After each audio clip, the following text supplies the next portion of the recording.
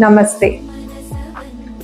వరలక్ష్మి వ్రతంలో తోరం కట్టుకోవడంలో ఉన్న పరమార్థం ఏంటో తెలుసుకుందాం. తోరం అంటే 9 వరుసలుగా దారాన్ని తీసుకొని దానికి స్వచ్ఛమైన పసుపుని రాసుకొని 9 ముళ్ళు వేయాలి. ఒక్కొక్క ముడికి కమలాయ నమః, రామాయే నమః, లోకమాత్రే నమః, విశ్వజనన్యాయ నమః, మహాలక్ష్మాయ నమః, హరివల్లభాయ నమః అనుకుంటూ 9 నామాలను స్మరిస్తూ ముళ్ళు వేసి అనంతరం బద్నామి దక్షిణే హస్తే అని శ్లోకం చెప్పుకుంటూ కుడి చేతికి కట్టుకోవాలి. కథలో ఎవరి చేతికి వారు తోరం కట్టుకున్నట్టు ఉన్నా భర్త భార్య చేతికి రక్షణగా తోరాన్ని కట్టాలి.